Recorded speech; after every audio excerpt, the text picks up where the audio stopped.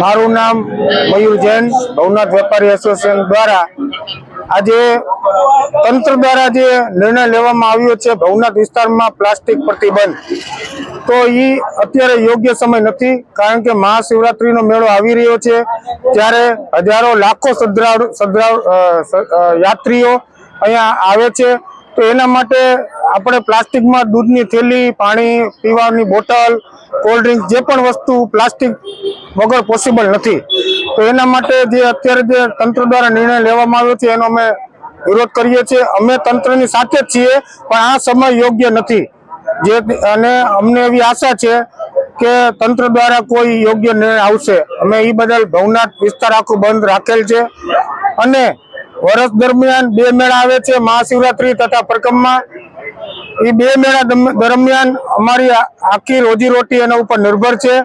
તે અમને નુકસાન અત્યારે દેખાઈ રહ્યો છે, તો અમે બંધ પાડીને આનો વિરોધ કરીએ છીએ. હા, આખો દિવસ અમે આવી રીતના બેસવાના છીએ. અને જ્યાં લગી નિર્ણય નહીં આવે તો અમે પણ મેળામાં પણ બંધ રાખવાની અમારી મજબૂરી છે. કારણ કે એ લોકો નોટિસ આપી દીધી છે, અને નોટિસ આપ્યા પછી એ લોકો જે દંડ કરે એ યોગ્ય નથી. 5,000, 10,000, 15,000, તો નાના વેપારીઓને શું સમજવું? એને યોગ્ય નિર્ણય લેવા અમને વિનંતી છે. જય ગિરનારી, જય ભવનાથ મહાદેવ. મારું નામ કાનાભાઈ નાગર, હું ભવનાથનો વેપારી છું. આપ સૌ જાણતા જ હશો, ન જાણતા હો તો જણાવી દઉં. તાત્કાલિક અસરથી ભવનાથ તીર્થક્ષેત્રની અંદર પ્લાસ્ટિક ઉપર બેન્ડ લાદવામાં આવ્યું છે. બેન્ડ લાદ્યું એની સામે વિરોધ જ નથી. અમે સરકાર સાથે છીએ, પર્યાવરણને નુકસાન થાય એવું ઈચ્છતા નથી. પણ અત્યારે તાત્કાલિક રીતના જે રીતના હરકતમાં આવ્યા છે, નાનામાં નાની ચોકલેટથી લઈને મોટામાં મોટા રમકડા સુધી ઉપરથી પ્લાસ્ટિક પેકિંગ થઈને આવે છે. જેમ લાખો યાત્રાળુ શિવરાત્રીનો મેળો કરવા આવે છે, એમ હજારો વેપારીઓ એનું પેટીયું અને ટંકનું રોડવા આવે છે. આ સમય યોગ્ય નથી. પ્રશાસને અમને સાંભળવા જોઈએ અને આનો તાત્કાલિક કોઈ પણ સારો નિર્ણય લેવાની જરૂર છે. જ્યાં સુધી નિર્ણય નહીં લેવાય ત્યાં સુધી વેપારી અમે લોકો સ્વયંભૂ બંધ પાડેલ છે. અસ્તુ. અમે શેરપુરથી ઈડર તાલુકો. અમે અહીંયા દર્શન કરવા માટે આવ્યા છીએ, પણ પાણીની તકલીફ છે, દુકાનો બંધ છે, કંઈ પ્લાસ્ટિક કાજી હડતાલ ચાલે છે, એટલા માટે કંઈ મળતું નથી અને દુકાનો બંધ છે. એટલે અહીંયા જો દુકાનો પાણીની વ્યવસ્થા થવી જોઈએ અને બીજું કંઈક ચાલુ થવું જોઈએ તો અહીંયા વ્યવસ્થા જળવાઈ રહી.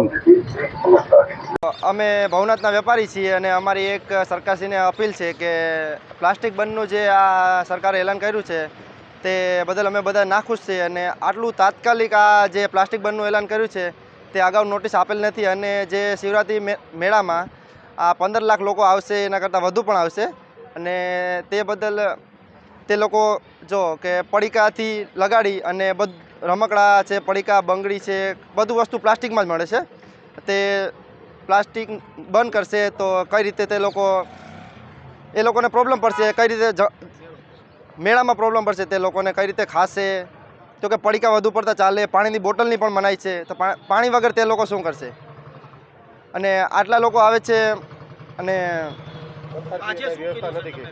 આજે અમે બધા ભેગા થઈને એક સંમેલન કર્યું છે કે સરકારશ્રીને અમારું નમ્ર અપીલ છે કે જે આ વસ્તુ છે, અમે પ્લાસ્ટિક પણ અમે પણ પ્રતિબંધ જ કરીએ છીએ. જો કે અમે જબલા દેતા નથી અને અમે પ્લાસ્ટિકની એવી કોઈ પણ વસ્તુ પણ એવા વેચતા નથી. પણ જે વસ્તુ ઉપરથી પેકિંગ થઈ ગયેલી આવે છે તે ખોલીને વેચીએ તો એ માલ બગડી શકે છે.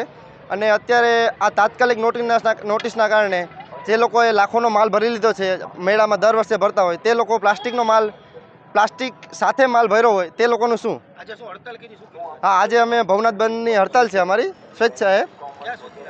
એટલે જ્યાં સુધી આ પ્રશ્નો હલ ના થાય ત્યાં સુધી આ હડતાલ અમારી જારી રહે.